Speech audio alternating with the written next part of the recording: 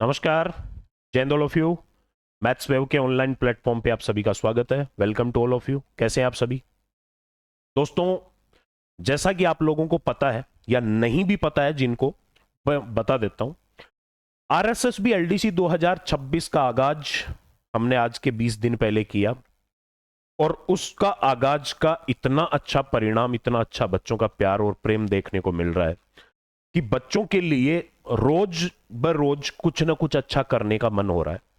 ठीक है, पहले बच्चों को एक मैंने फ्री बेच दिया अप्रोचेबल बेच के नाम से, जिसमें केवल क्वेश्चन का ऑप्शन देखकर आंसर टिक कर सकते हैं। कैलकुलेशन की ट्रिक सिखाई जिसका कोई चार्ज नहीं है, और ये बेच आप सबको मिल सकता है, सब इसका फायदा उठा सकते हैं। मैथ्स वेव की एप्लीकेशन पे जाके फ्री कोर्सेज में जाएंगे तो आपको ये अप्रोचेबल बेच सबको मिलेगा।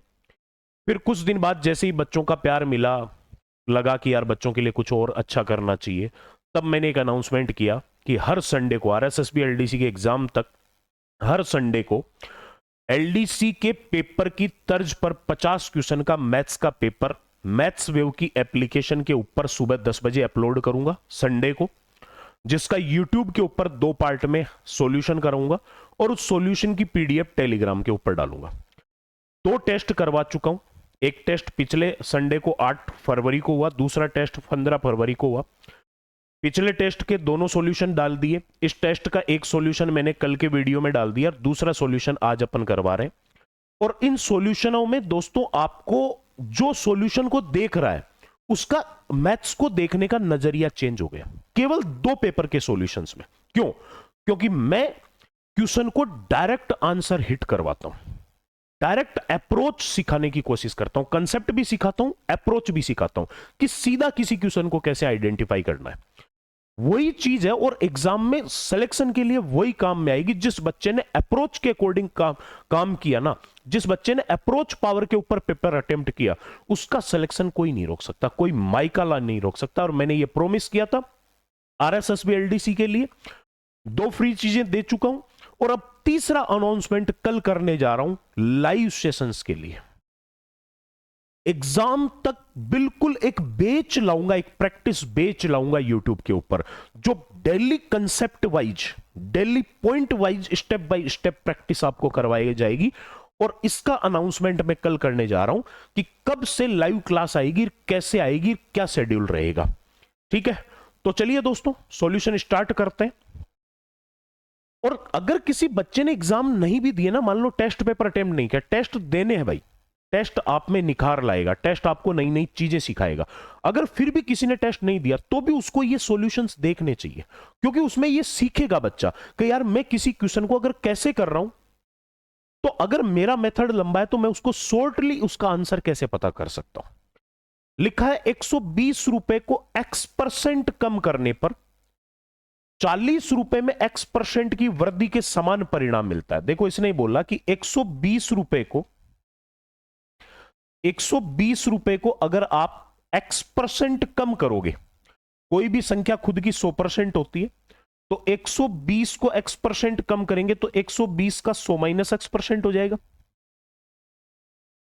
40 रुपए में x% वृद्धि के समान है। 40 रुपए में अगर आप x% की वृद्धि करेंगे तो 40 का 100 प्लस x% हो जाएगा और इसके बराबर परिणाम प्राप्त होता है। तो ये दोनों चीजें आपस में बराबर है।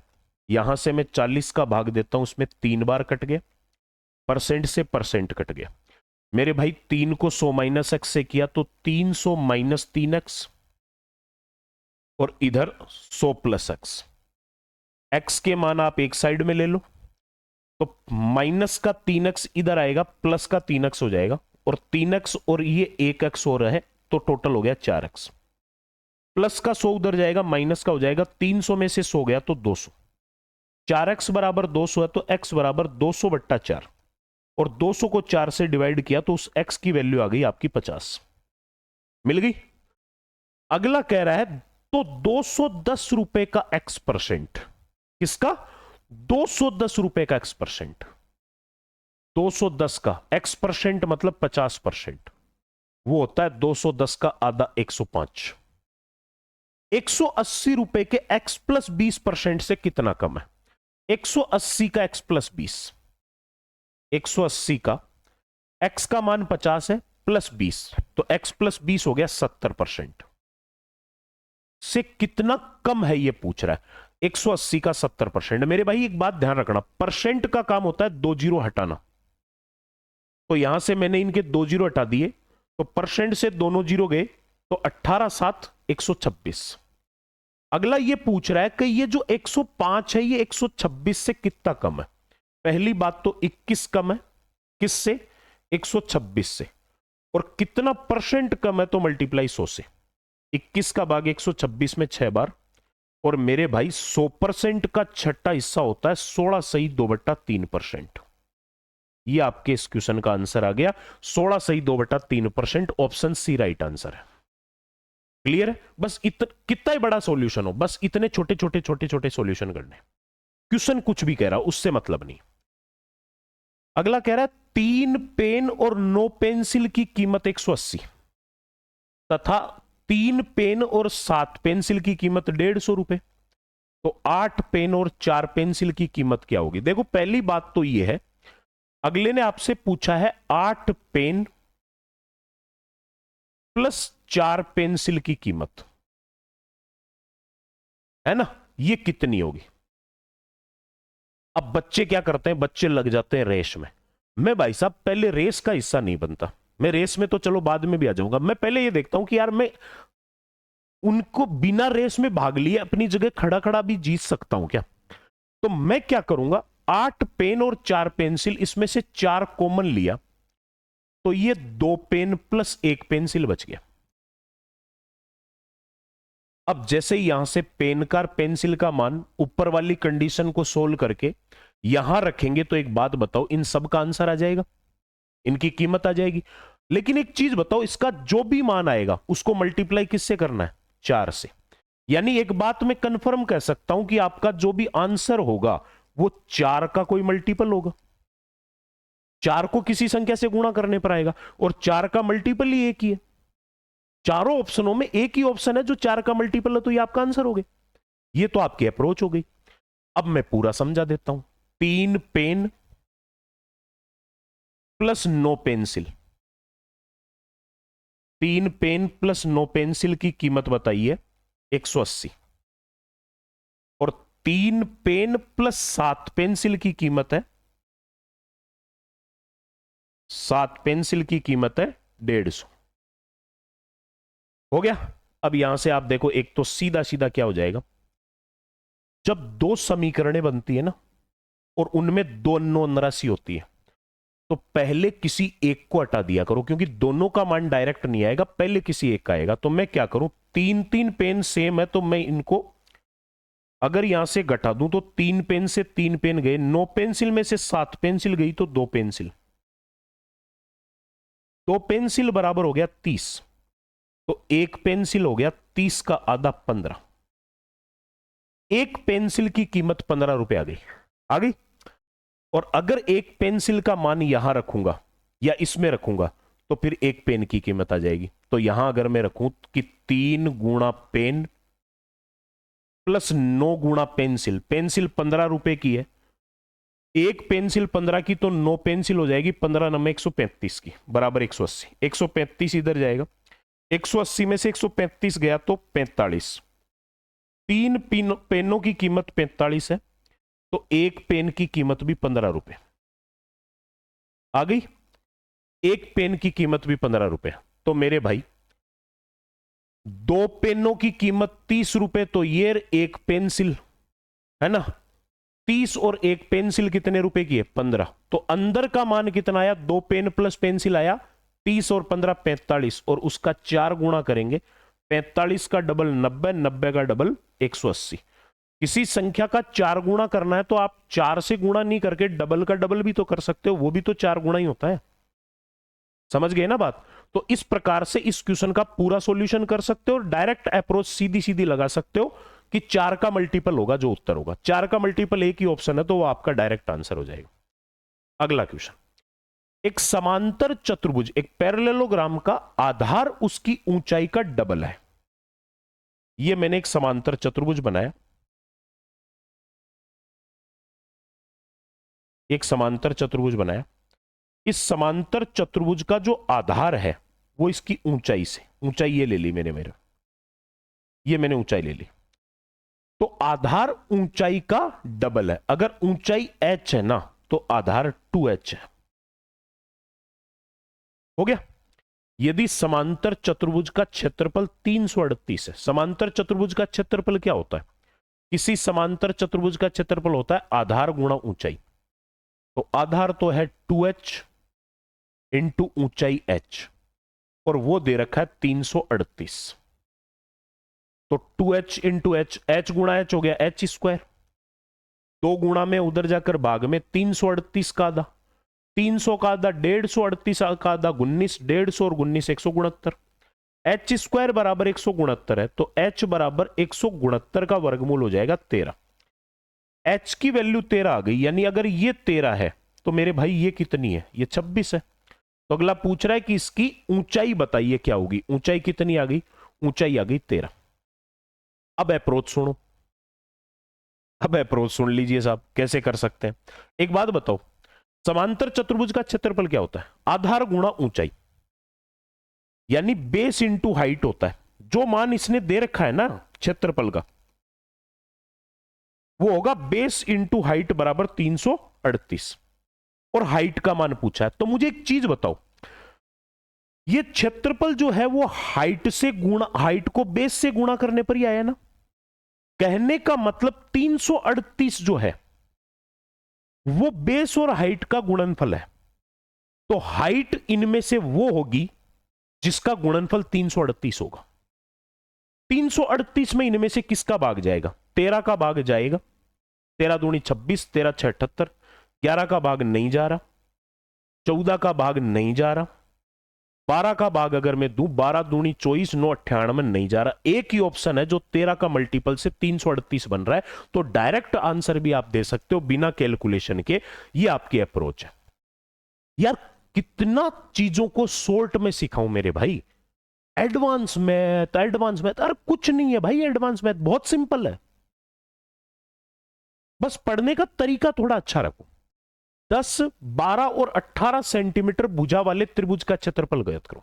देखो एक बात तो क्लियर है, कई ये तीनों की तीनों भुजा से 10, 12 और 18, 10, 12 और 18 है। अगर मैं इनका अनुपात देखूं, 2 से काटूं तो ये हो गया 5, 6 और 9। और मेरे भाई कहीं पर भी 5, 6 और 9 किसी समकोण त्रिभुज की तीनों भुजाओं के मान तो नहीं हो सकते।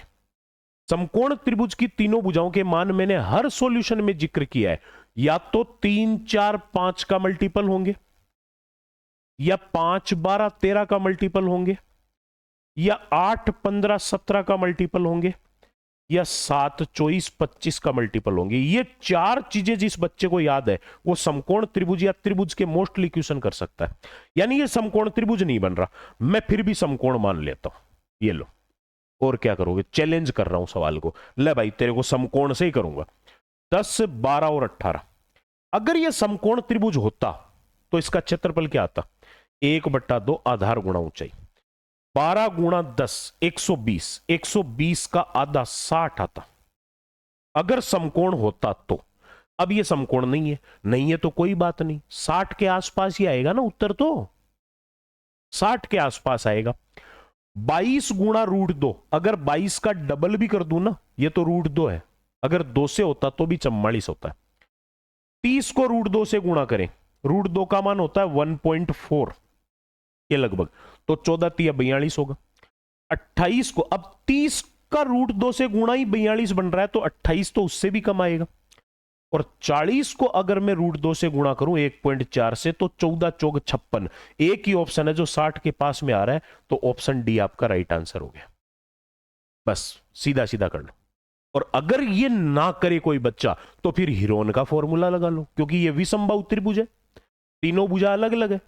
जिस त्रिभुज की तीनों भुजा अलग अलग हो, और अगर वो समकोण त्रिभुज नहीं है, तो उसका क्षेत्रफल हीरोन का सूत्र बताता है। हीरोन वाला फॉर्मूला लगा लो, आपको 40 √2 एग्जैक्ट मिल जाएगा। लेकिन भाई एग्जैक्ट बता के क्या कोई बड़ी, आपको बड़ी उपलब्धि हासिल करनी है क्या? नहीं करनी है। पहली चीज, फ्री टेस्ट हर संडे को करवा रहा हूं, 50 क्वेश्चन मैथ्स वेव की एप्लीकेशन पे सुबह 10 बजे पेपर अपलोड होता है। 50 क्वेश्चन का 75 मिनट, 1/3 नेगेटिव मार्किंग। और ऑन एलडीसी पेपर पैटर्न, जो एलडीसी का पेपर का लेवल और पैटर्न होगा उसी पैटर्न के ऊपर पेपर बनेगा और ये एग्जाम तक टेस्ट सीरीज चलेगी बिल्कुल फ्री। आज ही डाउनलोड करो एप्लीकेशन और ये फ्री टेस्ट दो। जिनका यूट्यूब के ऊपर सॉल्यूशन करवा रहा हूं और टेलीग्राम के ऊपर इनकी पीडीएफ डाल रहा हूं सॉल्यूशन की। एक फ्री बेच दे रहा हूं, अप्रोचेबल बेच।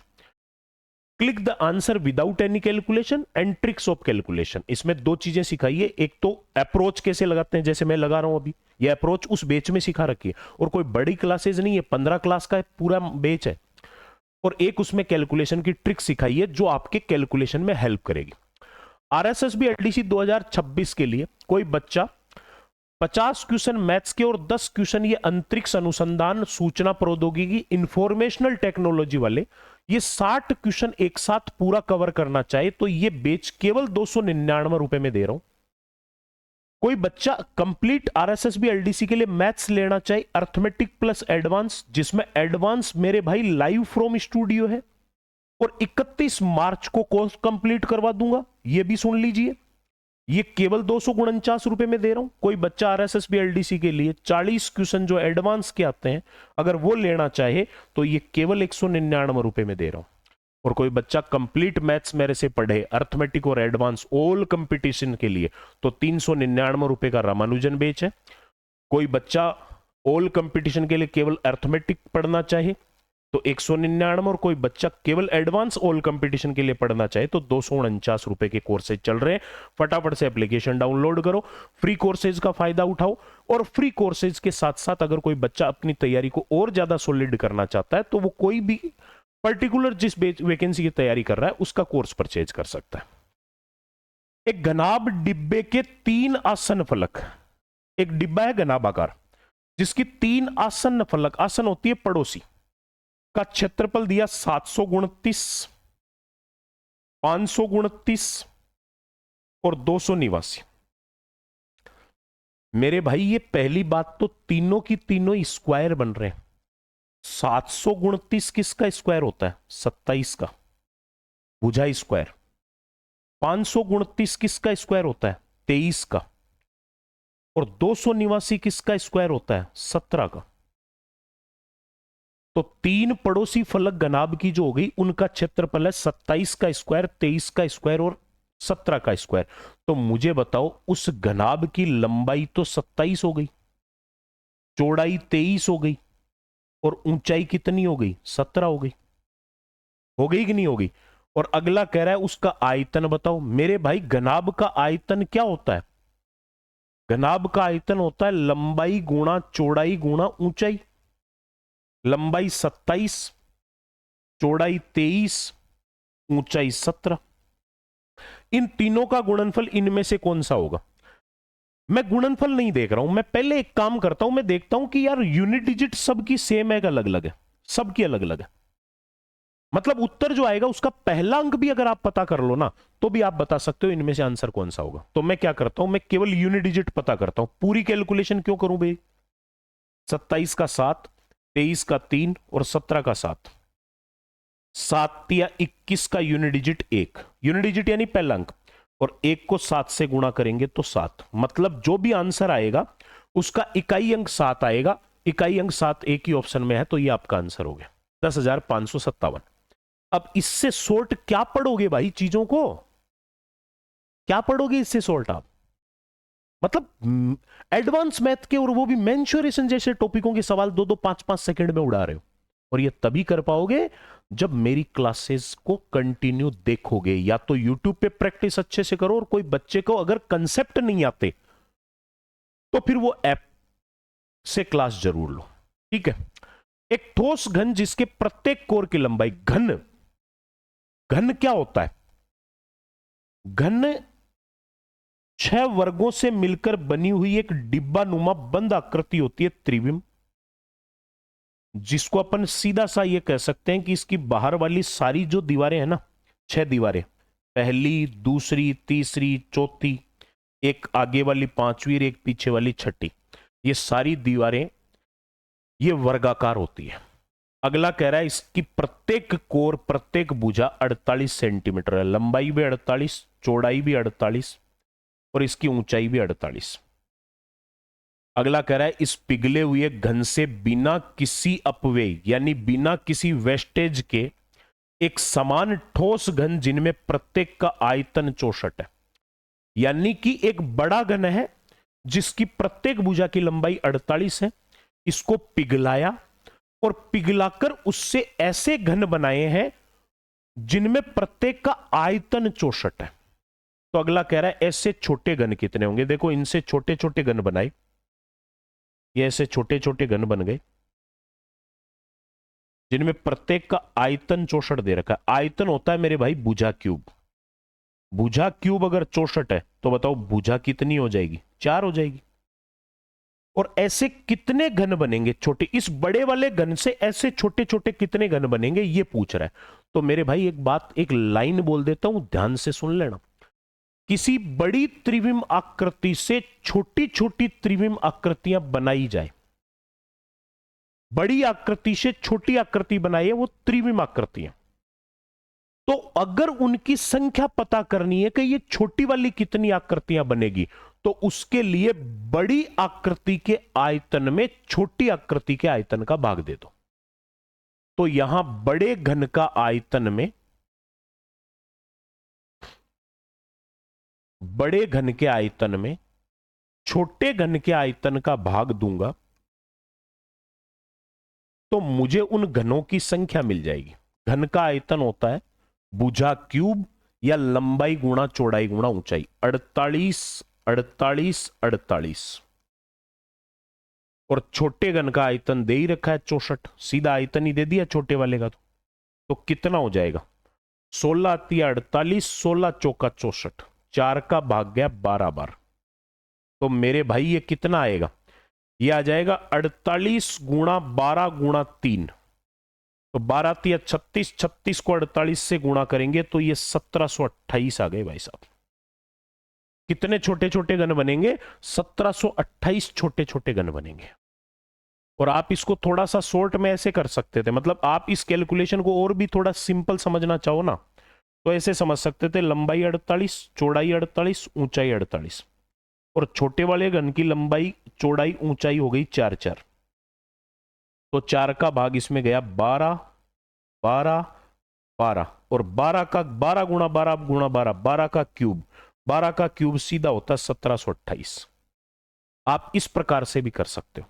मतलब कैलकुलेशन जितनी छोटे टुकड़ों में सिंपल हो सकती है ना, उतनी कभी भी बड़ी कैलकुलेशन नहीं हो सकती। बड़ी कैलकुलेशन में कैलकुलेशन करनी पड़ेगी और छोटे टुकड़ों में करोगे तो कम से कम कैलकुलेशन में भी आपका काम निकल जाएगा।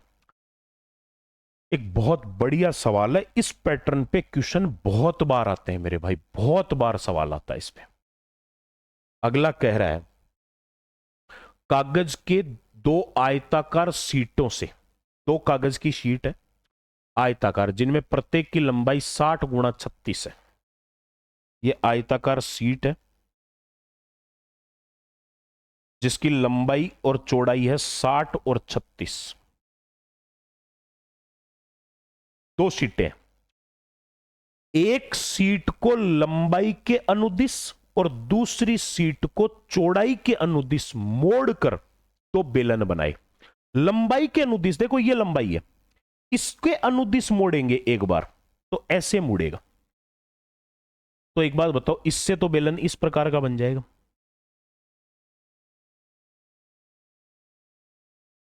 भाई इसको ऐसे मोड़ेंगे तो ये तो पूरा का पूरा नीचे वाली ये भुजा है ना, ये तो बन गई परिधि और ये बन गई ऊंचाई।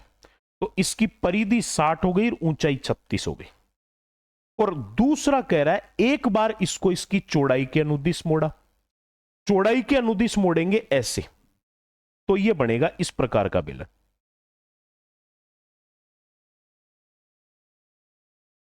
अब ऐसे मोड़ा तो मुझे बताओ ये वाली भुजा तो बन गई इस वृत्त की परिधि, जो मुंह है उस मुंह की परिधि तो बन गई 36 और लंबाई कितनी हो गई 60। अब पहली बात ये सोचो कि 2 बेलन बन गए और अगला कह रहा है दोनों बेलनों के आयतन का अनुपात क्या होगा। एक तगड़ा शानदार कंसेप्ट सिखाता हूं। अगर किसी भी आयताकार शीट, और ये क्वेश्चन कई बार मिलेगा आपको, उसको लंबाई और चौड़ाई के अनुदिश लपेट कर एक खड़ा बेलन और एक आड़ा बेलन अगर बनाएंगे तो उन दोनों बेलन के जो आयतन का अनुपात होगा,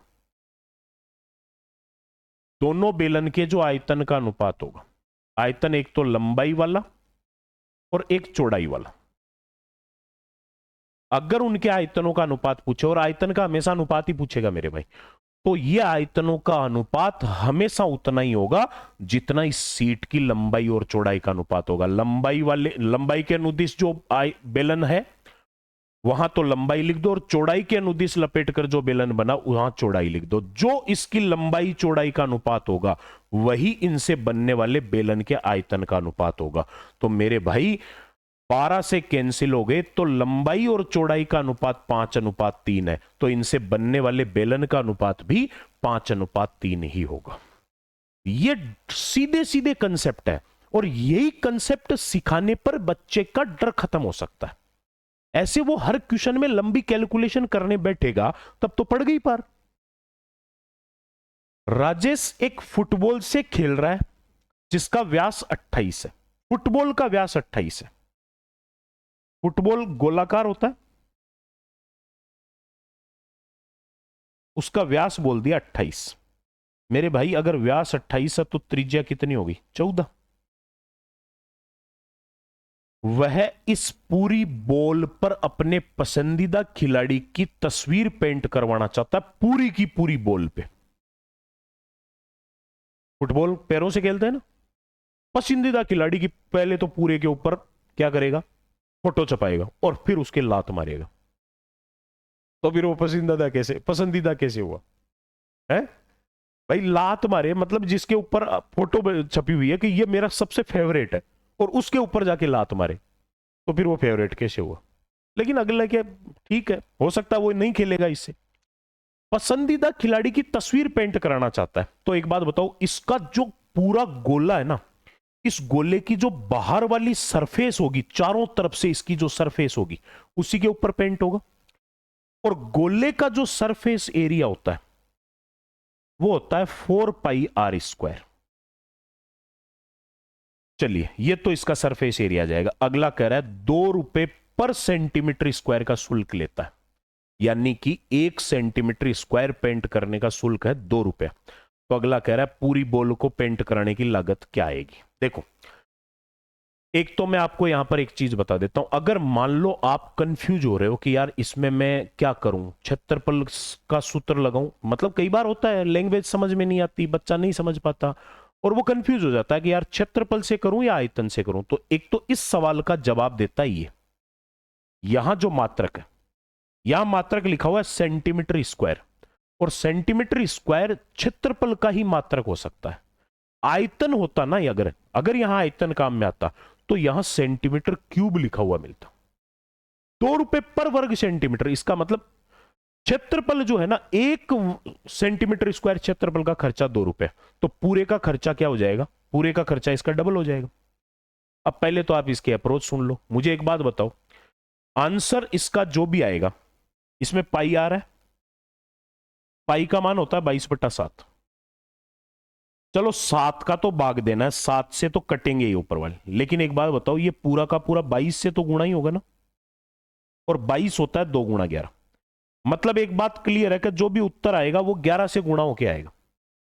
आंसर जो आ रहा है उसकी कैलकुलेशन में 11 मल्टीप्लाई में आ रहा है। तो मैं देखता हूं इनमें से 11 का मल्टीपल कौन है। 9 और 8 17, 4 और 2 6, 17 और 6 का अंतर 11, बिल्कुल ये 11 का मल्टीपल है। 8 8 16, 4 2 6, ये 16 है, ये 6 है, अंतर 10 का नहीं, ये 11 का मल्टीपल नहीं है। 4 4 8, 2 और 1 3, 8 और 3 का अंतर 5, ये 11 का मल्टीपल नहीं है। 4 4 8, 6 और 2 8, ये भी 11 का मल्टीपल है। यानी ऐसे एक एक अंक छोड़कर अगर अपन इन अंकों का योग करें तो या तो योग बराबर आ जाए, जैसे इसमें आ गया 4 4 8 और 6 और 2 8 आ गया, और या उसका अंतर 11 हो जाए। तो यहां 2 ऑप्शन ऐसे हैं जो 11 के मल्टीपल है। तो एक बात तो क्लियर है कि डायरेक्ट अप्रोच तो इस क्वेश्चन में काम नहीं करी। तो फिर सॉल्यूशन कर लो। 4 गुणा पाई का मान 22/7, गुणा आर, त्रिज्या है 14, 14 का स्क्वायर यानी 14 गुणा 14 गुणा 2। अब कई क्या करते हैं, कई 14 का स्क्वायर 196 लिखते हैं। अरे भाई जब अभी काटापीटी होनी है तो पहले अपने लिए मुसीबत क्यों बढ़ा रहे हो। तो 7 का भाग इसमें गया 2 बार। अब मैं देखता हूं कि उत्तर या तो ये है या उत्तर ये है, और दोनों जो आंसर है उनका यूनिट डिजिट अलग अलग है। तो मैं अगर यूनिट डिजिट पता कर लूं यहां से, इसका यूनिट डिजिट 4, ये 2, 4 दूनी 8, और ये 4 दूनी 8 दूनी 16, यानी इन दोनों का गुणा करेंगे, पहला अंक 8 आ रहा है, इनका आ रहा है 6, और 8 और 6 का गुणा करेंगे 48 का पहला अंक आएगा 8। यानी एक बात कन्फर्म है, इस पूरे को गुणा करोगे ना, गुणा करने पर जो गुणनफल आएगा उसका इकाई अंक 8 आएगा, तो आपका उत्तर ही है 4,928 रुपए का खर्चा आएगा। अब इतनी सिंपल चीजें, इतना आसान तरीके से चीजों को समझा रहा हूं, फिर आपको क्या चाहिए मुझे ये बताओ। अगला, एक शंक्वाकार तंबू बनाने में कितने मीटर कपड़े की आवश्यकता पड़ेगी। शंक्वाकार तंबू बनाना है, कितना मीटर कपड़ा चाहिए। अब तंबू बनेगा तो तंबू नीचे तो जमीन आ जाएगी, तंबू के लिए कपड़ा तो यहां बाहर वाले इस सरफेस पे ही लगेगा ना, जिसके आधार की त्रिज्या 21 है, इसकी रेडियस तो 21 होनी चाहिए, और इसकी ऊंचाई 28 बननी चाहिए। तो पहले तो मैंने एक चीज यहां पर यह नोटिस करी कि ये मेरे भाई एक समकोण त्रिभुज बन रहा है, बन रहा है कि नहीं बन रहा। इस समकोण त्रिभुज का ये 21 और 28 है, जबकि मुझे कपड़ा जो है ना इस पे वो चाहिए सरफेस पे, और सरफेस एरिया होता है पाई आर एल। पाई आर का मतलब त्रिज्या, एल है तिरछी ऊंचाई, तिर्यक वाली ऊंचाई चाहिए। तो मैंने देखा समकोण त्रिभुज का आधार और लंब 21 और 28 है, तो कर्ण कितना होगा। भाई साहब आप तो सीधा अनुपात पे जाया करो, 7 से कटाइए 3 बार, ये 4 बार। मेरे भाई अगर ये 3 और 4 है तो कर्ण होगा 5 का मल्टीपल, और ये 3 का 7 गुणा है, ये 4 का 7 गुणा, तो ये 5 का 7 गुणा होगा 35। 3 4 5 का मल्टीपल हो गया, तो तिर्यक ऊंचाई आपकी कितनी आ गई, 35 आ गई। तो इसका सरफेस एरिया आ जाएगा पाई आर एल। अब ये कह रहा है एक शंक्वाकार तंबू को बनाने में कितने मीटर कपड़े की आवश्यकता पड़ेगी, जिसके आधार की त्रिज्या 21 और ऊंचाई 28 है, कपड़े की चौड़ाई 5 मीटर है। जो कपड़ा लाओगे ना वो कपड़ा की चौड़ाई 5 मीटर है, यानी कि ये कपड़ा बनेगा किससे, ये तंबू किससे बनेगा, एक कपड़े से बनेगा। ऐसा एक कपड़ा आएगा जिसकी चौड़ाई 5 मीटर है, चौड़ाई 5 मीटर, लंबाई का पता नहीं है। तो मुझे एक बात बताओ, जितना इसका क्षेत्रफल होगा उतना ही तो इसका वक्र, इसका सरफेस एरिया होगा। इसी कपड़े को तो उठाकर आप इसकी बाहर सरफेस पे लगा रहे हो ना। तो मुझे बताओ ये जो कपड़ा है वो सारा का सारा इस तंबू में काम आया है। तो पाई आर एल बराबर हो गया लंबाई गुणा चौड़ाई। पाई आर एल बराबर लंबाई गुणा चौड़ाई। तो रख दो मान, पाई का मान 22/7, आर का मान त्रिज्या 21, एल का मान इसकी तिर्यक ऊंचाई 35, बराबर लंबाई पता नहीं है, लंबाई तो पूछी है, चौड़ाई है 5। 5 का भाग इसमें गया 7 बार, 7 से 7 कट गया, 22 गुणा 21 बराबर 462। ये लीजिए साहब, उसकी लंबाई जो है ना वो कितनी आ गई, 462 आ गई। तो जो कपड़ा लेकर आओगे उसकी चौड़ाई तो 5 मीटर होगी, लंबाई 462 मीटर होगी, तब जाकर उससे ये 21 मीटर त्रिज्या और 28 मीटर ऊंचाई का तंबू बन पाएगा। अगला क्वेश्चन, त्रिभुज के लिए कौन सा कथन सत्य है। जो राइट ऑप्शन है वो पहचानने। मेरे भाई पहला कह रहा है किसके लिए बात, त्रिभुज के लिए, सभी आंतरिक कोणों का योग 180 होता है, बिल्कुल सही बात है। त्रिभुज के तीनों अंत कोणों का योग 180 होता है, और बाह्य कोणों का योग 360 होता है। सभी आंतरिक कोण बराबर नहीं हो सकते, क्यों नहीं हो सकते भाई, समबाहु त्रिभुज के तीनों आंतरिक कोण बराबर ही तो होते हैं, तो यह बात गलत है। समबाहु त्रिभुज की तीनों भुजा भी समान होती है, तीनों कोण भी समान होते हैं, प्रत्येक कोण 60 डिग्री का होता है, गलत है। अधिकतम एक कोण अधिक कोण हो सकता है, यह बिल्कुल सही बात है। और ये मैं ऐप में मैंने जो कोर्स पढ़ाया बच्चों को उसमें मैंने ये लिखवाई ये चीजें बाकायदा कि किसी भी त्रिभुज में एक ही अधिक कोण हो सकता है, एक ही समकोण हो सकता है, एक से ज्यादा कभी अधिक कोण नहीं हो सकते, एक से ज्यादा समकोण नहीं हो सकते। ये बात बिल्कुल सही है। और अगला कह रहा है दो भुजा का योग तीसरी भुजा के बराबर हो भी सकता है और नहीं भी हो सकता। ये गलत बात है। कोई भी त्रिभुज जो तीन भुजा से मिलकर बनेगा, तीन भुजा से त्रिभुज तभी बन सकता है जब दो का योग तीसरी से बड़ा होगा। ये कंडीशन होती है। अगर मान लो ये आपका त्रिभुज है ना जिसकी भुजा ए बी सी है, तो ए और बी का टोटल सी से बड़ा होना चाहिए, बी और सी का टोटल ए से बड़ा होना चाहिए, और ए और सी का टोटल बी से बड़ा होना चाहिए। यानी हमेशा बड़ा होगा, बराबर कभी नहीं हो सकता। तो फर्स्ट और थर्ड ऑप्शन केवल सही है, बाकी के दोनों गलत है। स्टेटमेंट फर्स्ट और स्टेटमेंट थर्ड सही है, बाकी दोनों गलत है। अगला question, A B C D एक चतुर्भुज है जिसमें ए बी समांतर डीसी, ए की भुजा समांतर है। और मेरे भाई किसी चतुर्भुज की आमने सामने की भुजाओं के अगर दोनों जोड़े समांतर हो तब तो वो समांतर चतुर्भुज होता है, और अगर एक जोड़ा समांतर है तो वो समलंब चतुर्भुज होता है, वो ट्रेपीजियम बनता है। तो इसने एक जोड़ा समांतर बोला तो ये बन गया ट्रेपीजियम। चलो इसको नाम दे दिया ए बी सी डी, जिसमें अगला बोल रहा है ए बी समांतर डीसी। ए बी और डीसी ये समांतर। ई और एफ क्रमशः विकर्ण एसी और बीडी के मध्य बिंदु है। एक विकर्ण एसी और एक बीडी, इनके मध्य बिंदु बोले ई और एफ। यदि ए बी बराबर 14, बीसी बराबर 73, डीसी बराबर 90, एडी बराबर 22। अच्छा डीसी 90 है, ये बड़ा है, तो भाई कोई बात नहीं, ये बड़ा है तो ऐसा कर लो, इन दोनों को नीचे ले लो, क्या फर्क पड़ेगा। ये हो गया ए बी सी और डी, ठीक है।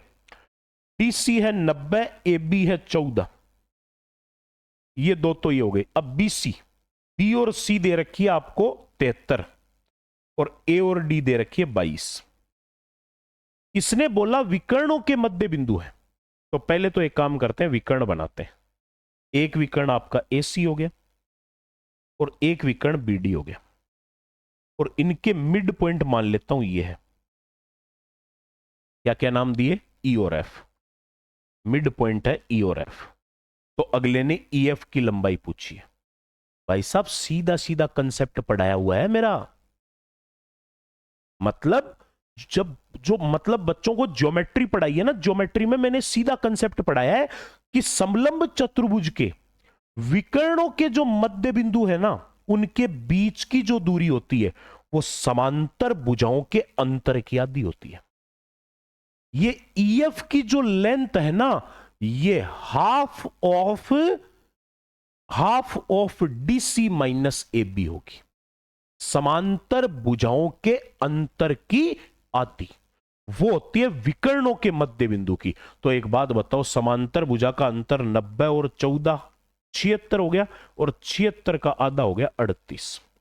और वहीं पे मैंने एक बात और भी समझाई थी, चलो सीधा आ ही गया तो वो भी बता देता हूं। यहां मैंने एक बात और भी पढ़ाई है कि ये तो चलो विकर्णों के मध्य बिंदु थे, ये असमांतर भुजाओं के मध्य बिंदु हो ना, तो असमांतर भुजाओं के मध्य बिंदुओं की ये जो मिलाने वाली भुजा है, इसकी लंबाई समांतर भुजाओं के योग की आधी होती है। विकर्णों के मध्य बिंदु की दूरी तो होती है समांतर भुजा के अंतर की आधी, और असमांतर भुजाओं के मध्य बिंदु जो होते हैं ना, असमांतर भुजाओं के मध्य बिंदु, ये जो लंबाई होती है ये होती है समांतर भुजाओं के योग की आधी, half of A B plus C D. इतनी चीजों को डिटेल में पढ़ाया हुआ है मेरा, इतना डिटेल में।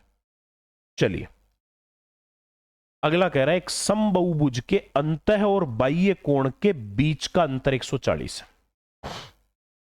देखो एक बात तो आप ये समझ लो कि किसी भी बहुभुज में अंदर और बाहर जो कोण बनते हैं, एक बात तो ये क्लियर है, उनका योग हमेशा 180 डिग्री होता है, योग 180 होता है। यानी कि इंटरनल प्लस एक्सटर्नल एंगल है 180 डिग्री। ये तो फिक्स है। और ये कह रहा है कि अंतः और बाह्य कोण, इंटरनल और एक्सटर्नल कोणों का अंतर 140 है। तो अगले ने कहा बहुभुज की भुजाओं की संख्या ज्ञात कीजिए।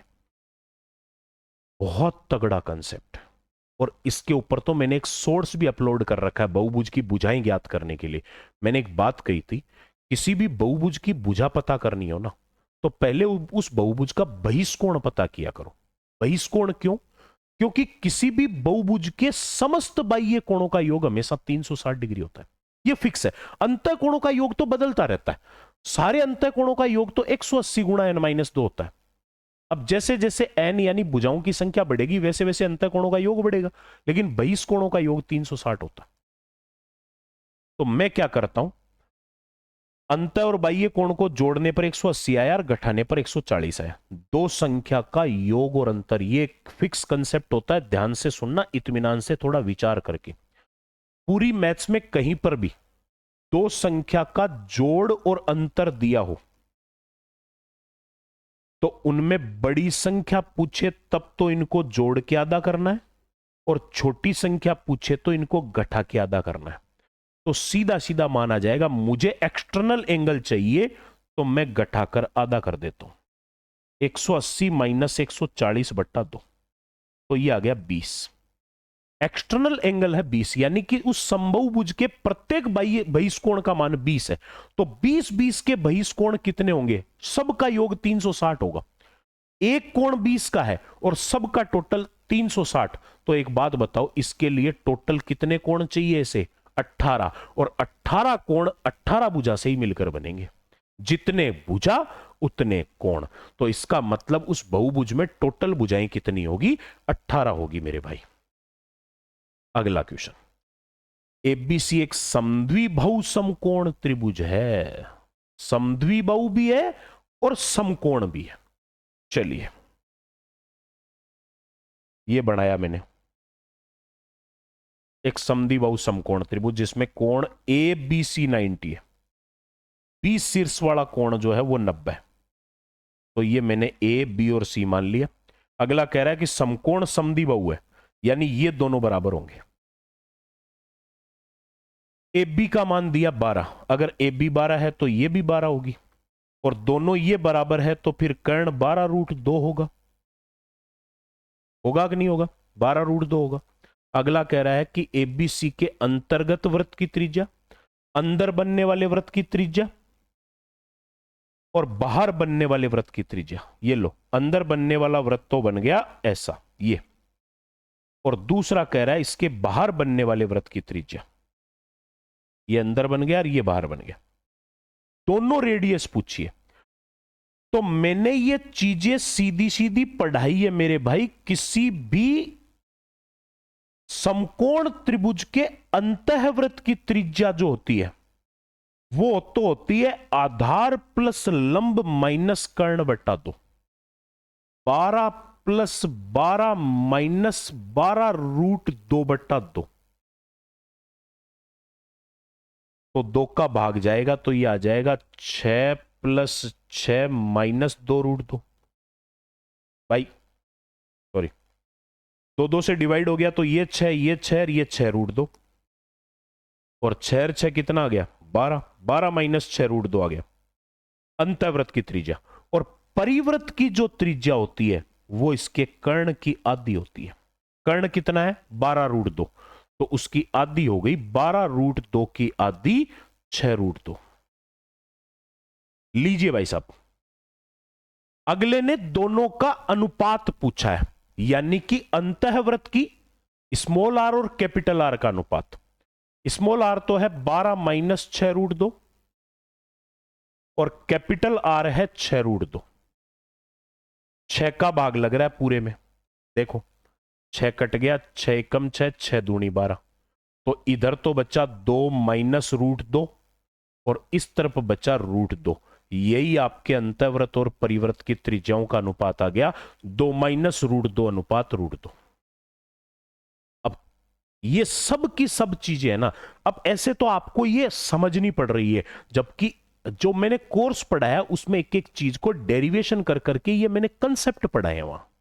और इसीलिए मैं एक कमिटमेंट हमेशा बच्चों से करता हूं कि मेरे कंसेप्ट में से 90% पेपर बनेगा।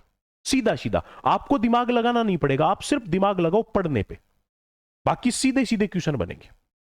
अगला, एबीसी की भुजा, त्रिभुज एबीसी की भुजा एबी और एसी को क्रमशः डी और ई तक बढ़ाया गया। ये लीजिए, त्रिभुज एबीसी है, ये ए बी और सी, इसकी भुजा ए बी और ए सी को बढ़ाया डी और ई तक। ए बी को बढ़ाएंगे और ए सी को बढ़ाएंगे। बढ़ाओ भाई, अगला कह रहा है तो बढ़ाओ। ये लो, इसको बढ़ा दिया और इसको बढ़ा दिया। कहां तक बढ़ाया? डी और ई तक। तो अगला कह रहा है डी और ई तक बढ़ाया तो कोण सीबीडी, सीबीडी कौन है? सीबीडी ये वाला। और कोण बीसीई, बीसीई ये वाला, बाहर वाले कोण के समद्विभाजक बिंदु पी पे मिलते हैं। इसका समद्विभाजक और इसका समद्विभाजक बिंदु पी पे मिलते हैं। ये तो मैंने YouTube के ऊपर एक वीडियो डाल रखा, उसमें भी समझा रखी है। YouTube पे एक वीडियो है, नीचे नीचे जाओगे ना आप देखोगे, शुरुआत में शायद दूसरा या तीसरा वीडियो मैंने ही डाला था कि 5 जो प्रतिच्छेद बिंदु होते हैं, अंतः केंद्र, परिकेंद्र, लंब केंद्र, बाह्य केंद्र और केंद्रक, इनका मतलब क्या होता है, इनके मान कैसे ज्ञात होते हैं।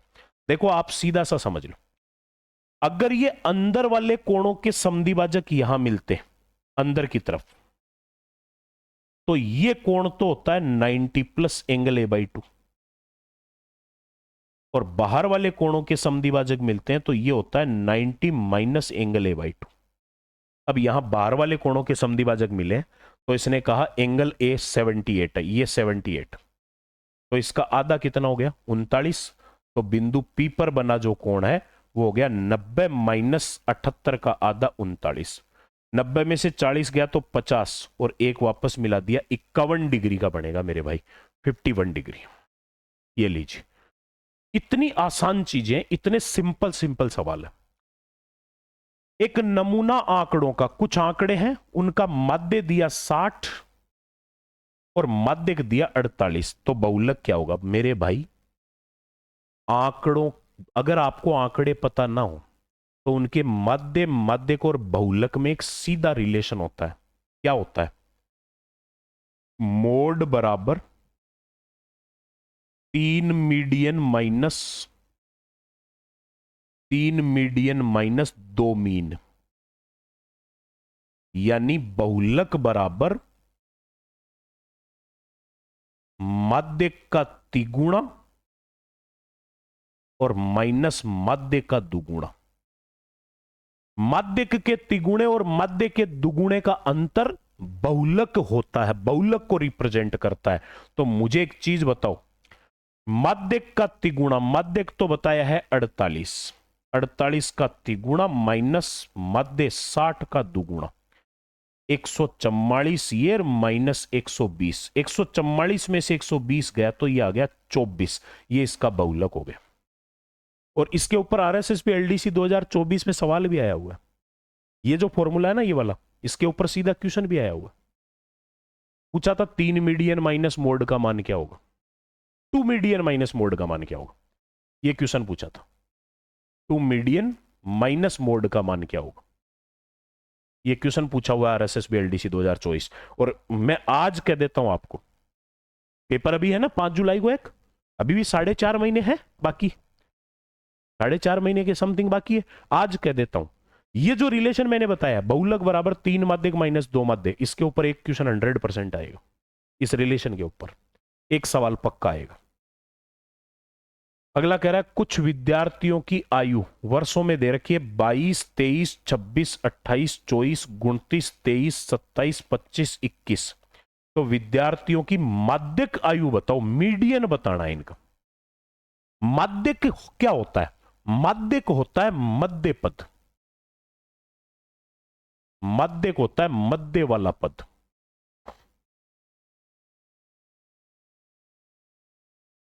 और बीचों बीच कौन सा पद आएगा उसके लिए आपको पहले तो इनको सही सीक्वेंस में लिखना पड़ेगा। यानी पहले इनको आपको छोटे से बड़े की तरफ असेंडिंग ऑर्डर में लिखना पड़ेगा।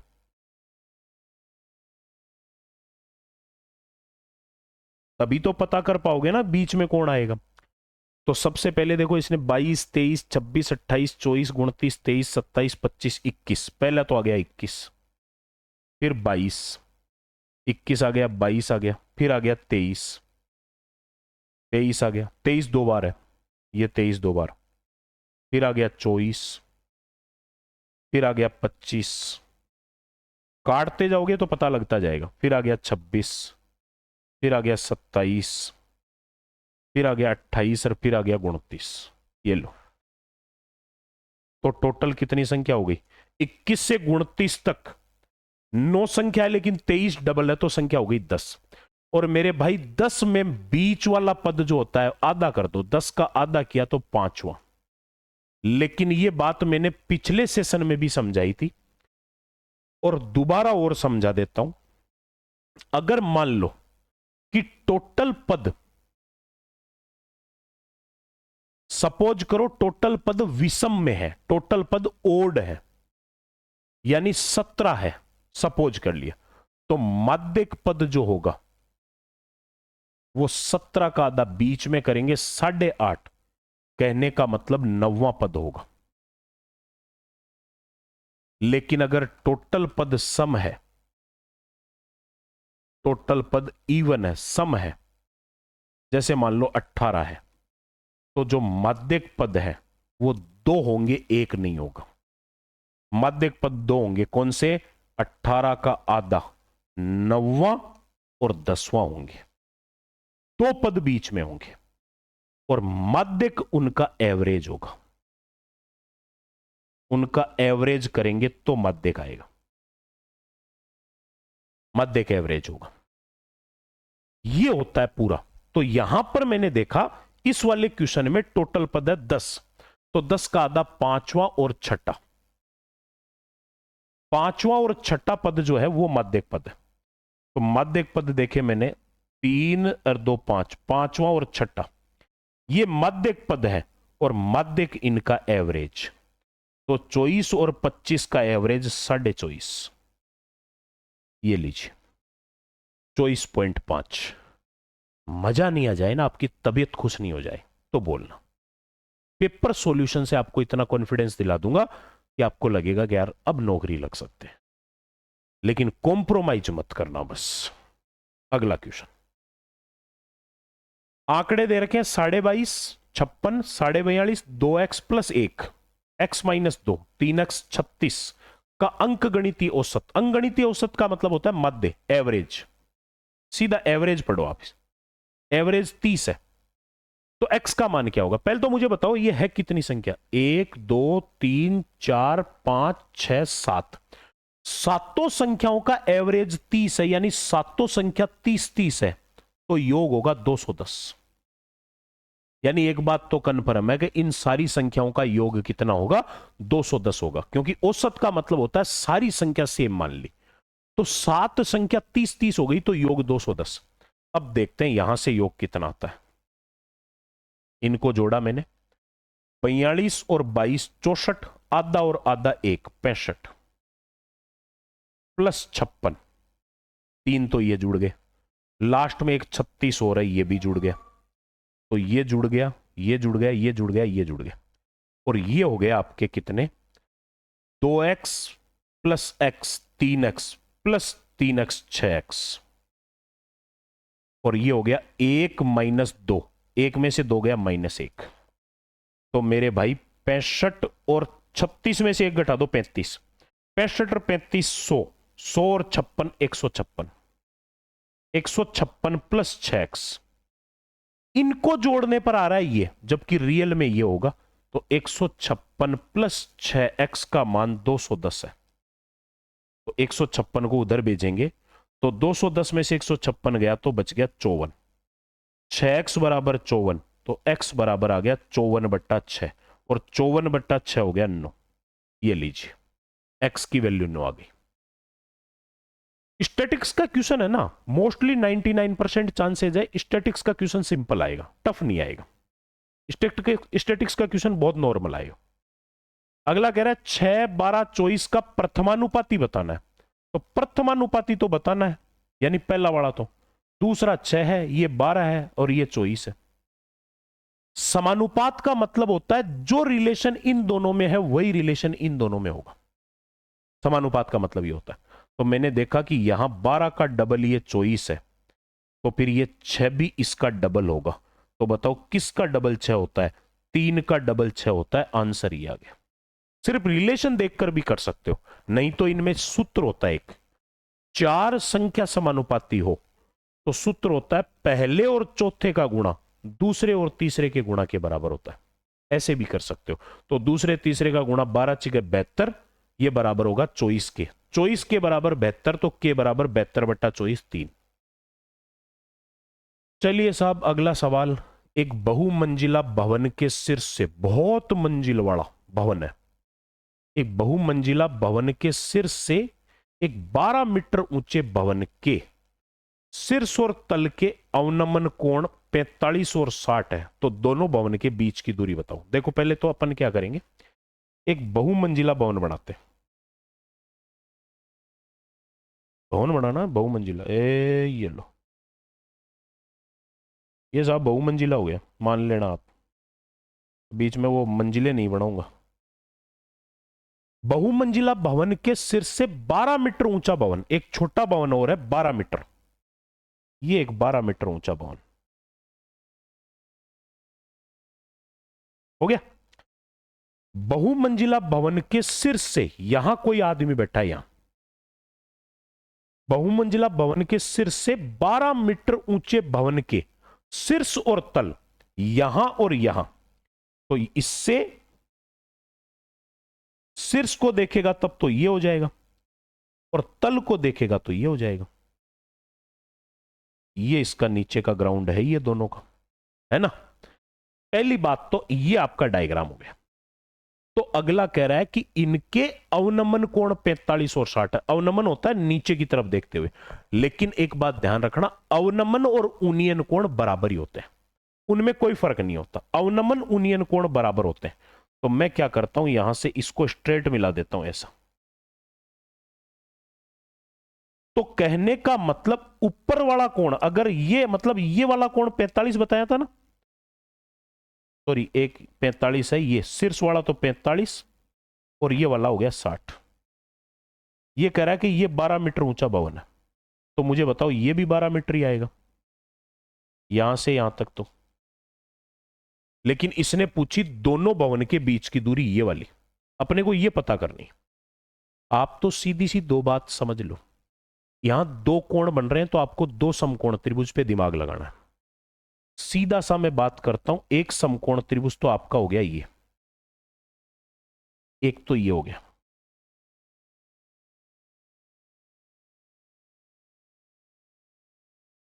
है ना। और दूसरा समकोण त्रिभुज कौन सा हो गया? दूसरा समकोण त्रिभुज हो गया ये,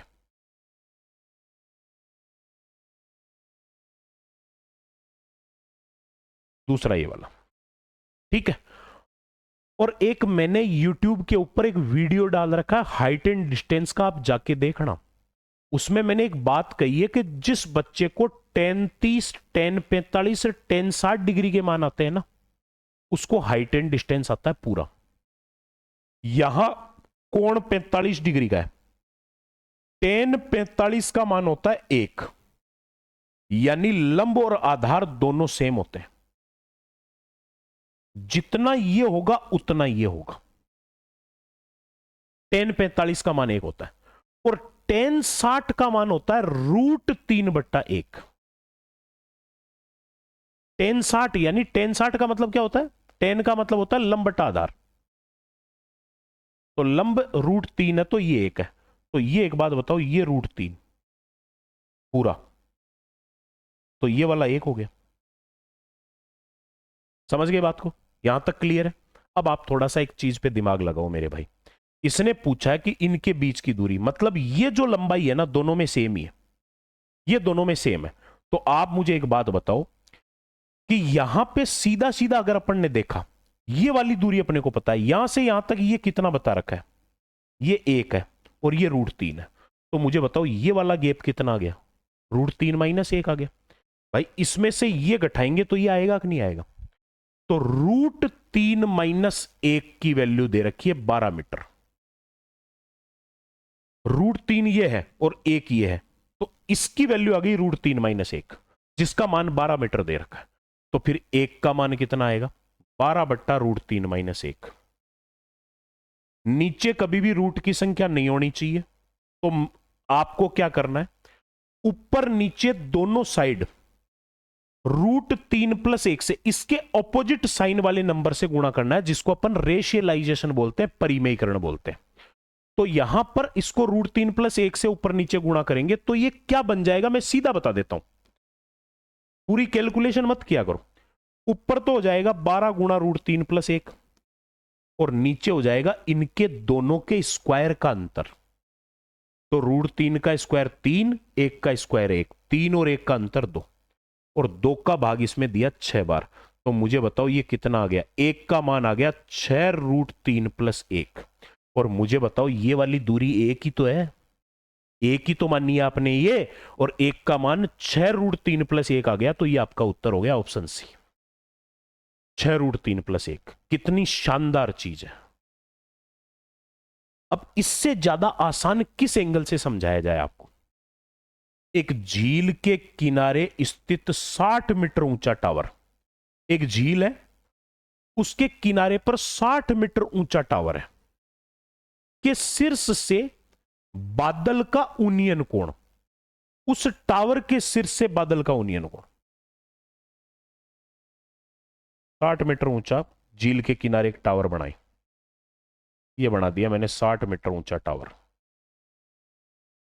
तो यहां झील हो गई, फिर ये झील हो गई मेरे भाई, हो गई कि नहीं हो गई? और इसके सिर से, इस झील के यहां सिर से यहां एक बादल है, जिसका उन्नयन कोण बता रखा है कितना? उन्नयन तो इसके यहां 37 से बनेगा, बनेगा कि नहीं बनेगा? उन्नयन कोण जो बता रखा है वो कितने डिग्री का बता रखा है? वो बता रखा है मेरे भाई, सिर से एक बादल का उन्नयन कोण 30 डिग्री है, ये 30 डिग्री का कोण है यहां, है ना? अब आप एक चीज सोचो, दूसरा कह रहा है तथा टावर के सिर से झील में बादल की छाया का उन्नमन कोण है 60 डिग्री। इस बादल की छाया पड़ रही है इस झील के अंदर, यहां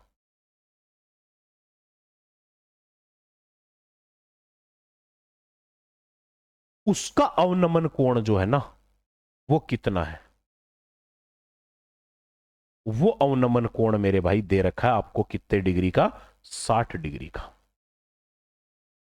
तो अगले ने ये पूछा है कि बादल की ऊंचाई बताओ कितनी है, बादल की हाइट कितनी है, ये बतानी है। मैं आपको एक बहुत तगड़ी चीज सिखा देता हूं, देखो,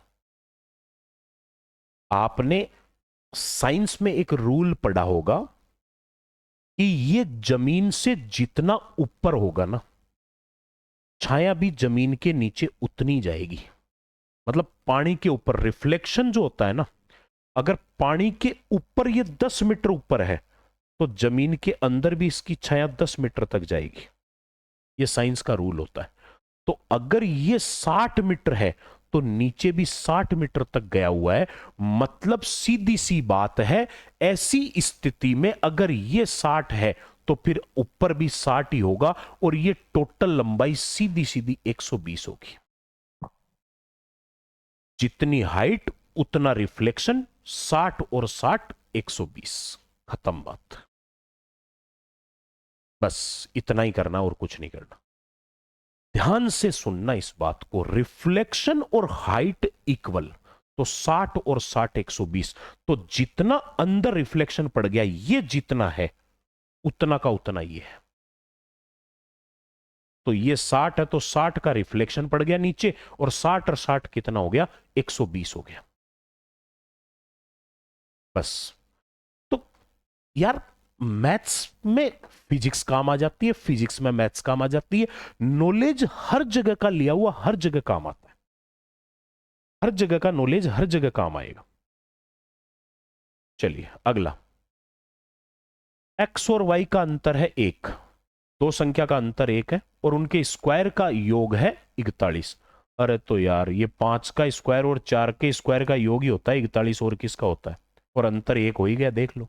मतलब x और y कितने हो गए? 5 और 4 हो गए, तो x प्लस वाई का मान 5 और 4 9 हो गया। ये तो सीधा सीधा ही हो गया, इसमें तो कोई पंगा ही नहीं पालना है, कुछ है ही नहीं इस वाले में तो। अब ये देखो, कह रहा है a minus 2b into B minus 3a, एक तो ये हो गया, फिर प्लस लग गया, a plus B into A minus 3b एक ही हो गया, फिर माइनस लग गया, b माइनस 3a और 4a माइनस 5b एक ही हो गया। उत्तर इनमें से कौन सा होगा ये देखना है। तो आप है ना पूरा कैलकुलेशन मत किया करो, अपने को पता है कि आंसर में एक तो ए स्क्वायर का पद आ रहा है और एक ए बी का आ रहा है, तो मैं सिर्फ उनका सॉल्यूशन करूंगा जो जहां से मुझे ए स्क्वायर मिलेगा। एक को बी से करूंगा तो ए बी आएगा, चलो एक तो ए बी मिल गया, और एक को माइनस 3a से करूंगा तो माइनस 3a स्क्वायर आएगा। मैं केवल इन दो से ही मतलब रखूंगा, मुझे और किसी से मतलब नहीं है। फिर माइनस 2b को b से करूंगा तो माइनस 2b स्क्वायर आएगा, ये मेरे कोई काम का नहीं है। माइनस 2b को माइनस 3a से करूंगा तो माइनस और माइनस प्लस 3 दूनी 6ab, चलो ये 6ab हो गया, इसका काम खत्म हो गया।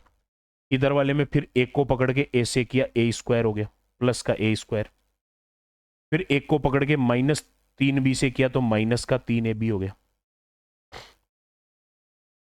इसका, फिर b को पकड़ो, b को a से किया तो ba यानी ab हो गया, और b को माइनस 3b से करेंगे माइनस 3b स्क्वायर, वो मेरे कोई काम का नहीं है, छोड़ो। अगला माइनस, b को 4a से करूं तो 4ab, लेकिन पीछे माइनस है तो माइनस का 4ab, फिर b को मैं 5b से करूंगा, b स्क्वायर मेरे कोई काम का नहीं है। माइनस 3a को 4a से किया तो 4 तिया 12a स्क्वायर, माइनस का है और बाहर भी माइनस है तो ये प्लस का हो जाएगा, प्लस का 12a स्क्वायर है ना। और माइनस 3 को माइनस 5b से करूंगा तो माइनस और माइनस प्लस, 5 तिया 15ab, ये 15ab प्लस का है और बाहर माइनस है तो माइनस का 15ab, 12 और 1 13 में से 3 गया तो a स्क्वायर का मान तो 10a स्क्वायर आएगा, मतलब उत्तर ये दोनों तो नहीं है। और फिर देखा मैंने माइनस का 14ab आएगा या माइनस का 4ab आएगा, माइनस 15 माइनस 4 माइनस 19 और माइनस 3 माइनस का 22, उसमें से 6 और एक 7 और एक 8 प्लस का चला जाएगा, माइनस के 22 में से 8 प्लस का गया तो माइनस का 14ab बचेगा, ऑप्शन सी आपका आंसर आएगा। बाकी मुझे क्यों करने यार वाल, अब ये बी स्क्वायर वाला पद मेरे कोई काम का ही नहीं है, ऑप्शन में है ही नहीं, तो मैं क्यों रगड़ू इसको फालतू में, क्यों टाइम खराब करूं। चीजों को थोड़ा सोच विचार के चला करो, ऐसे नहीं। एक इस क्वेश्चन में थोड़ी सी एरर थी मेरे भाई, ये X cube plus Y cube plus Z cube minus 3xyz है, और ये सीधा सीधा फॉर्मूला होता है जिसका मान होता है X cube plus Y cube plus Z cube minus 3xyz का मान। देखो एक फॉर्मूला होता है जो मैं आपको बता देता हूं, a cube plus b cube plus c cube minus 3abc, इसके दो फॉर्मूले होते हैं, एक तो ये होता है a plus b plus c, a square plus b square plus c square minus A b minus b c minus a c. और ये जो होता है ना ये वाला, इसकी जगह एक चीज ये भी लिखी जा सकती है, ये एलजेब्रा वाले फॉर्मूले तो पढ़ने पड़ेंगे, a square plus b square plus c square minus A b minus b c minus a c का को आप ऐसे भी लिख सकते हो, 1/2 ए माइनस बी का whole square plus b minus c का whole square plus c minus a का होल स्क्वायर। मतलब इसको अपन ऐसे भी लिख सकते हैं, ऐसे भी लिख सकते हैं। तो इस वाले सवाल में ये क्या चाहता है आपसे, इस वाले क्वेश्चन में आपसे ये चाहता है, नीचे देखो x माइनस वाई का स्क्वायर वाई माइनस जेड का और जेड माइनस एक्स का है, तो मैं लिखता हूं दूसरा वाला formula, x plus Y plus z into 1/2 गुणा x माइनस वाई का whole square plus y minus z का whole square plus z minus x का होल स्क्वायर। और नीचे वाला, नीचे यही है सेम पद, तो इससे ये कट गया, 1/2 X plus Y plus Z बच गया, 1/2 X plus Y plus Z. Option D आपका आंसर आ गया। इतने इतने सवाल है, इतने इतने छोटे छोटे छोटे छोटे क्वेश्चन है, कुछ भी नहीं है। रानू 12 सेंटीमीटर व्यास और 21 सेंटीमीटर ऊंचाई की एक बेलनाकार बोतल में स्कूल में पानी ले जाती है।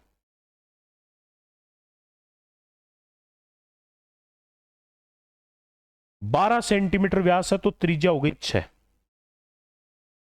और 21 सेंटीमीटर ऊंचाई की बोतल में पानी ले जाती है। उस पानी की मात्रा निर्धारित करो कि बोतल में कितनी ले जा सकती है।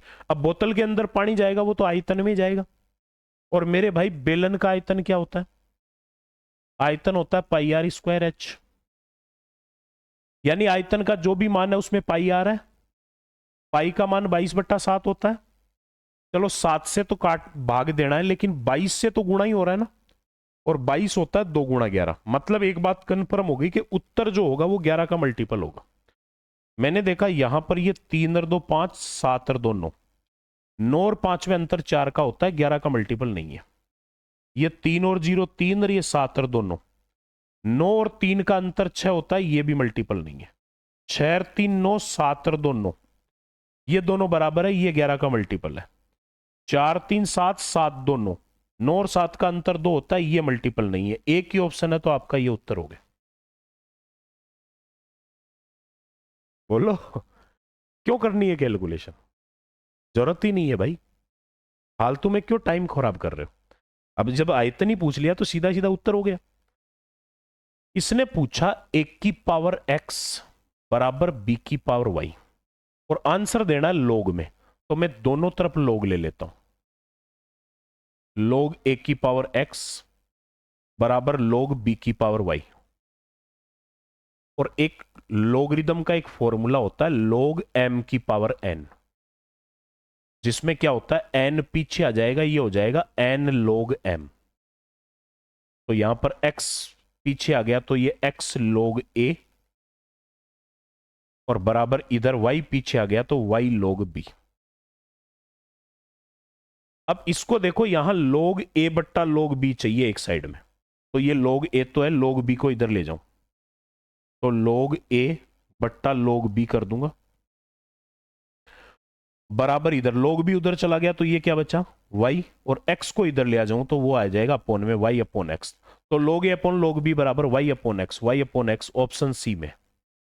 ऑप्शन सी आंसर हो गया। सिर्फ और सिर्फ कैलकुलेटिव सवाल पूछा और कुछ नहीं पूछ रहा। अगला क्वेश्चन, इसका सीधा सा जवाब होता है भाई साहब, अगर आपको log के अंदर की इस वैल्यू वाली वैल्यू को पूछी है तो आपको क्या करना है, इधर से पावर में लिखते चलना है सीधा सीधा। इसका डायरेक्ट उत्तर क्या बता रहा हूं क्या होता है, 2 की पावर 3 की पावर 2 और उसकी पावर 1, ऐसे चलना है। ये पावर में लिख के लास्ट में ये लिख दो, तो 2 की पावर 1 तो 2 हो गया, तो 2 की पावर 3 की पावर 2, और 3 की पावर 2, 3 का स्क्वायर 9 हो गया, और 2 की पावर 9 का मान 2 को 9 बार गुणा करेंगे 512 आएगा। ये आपका आंसर हो गया 512। अब इतनी आसान आसान चीजें हैं यार, इतनी सिंपल चीजें हैं, और क्या करोगे आप हैं? फिर तो किसी टीचर की जान लोगे, फिर आप क्या करोगे? लोग लोग लोग 3 अलग अलग लोग दे रखे हैं, तो मैं तीनों को एक जगह समेट देता हूं।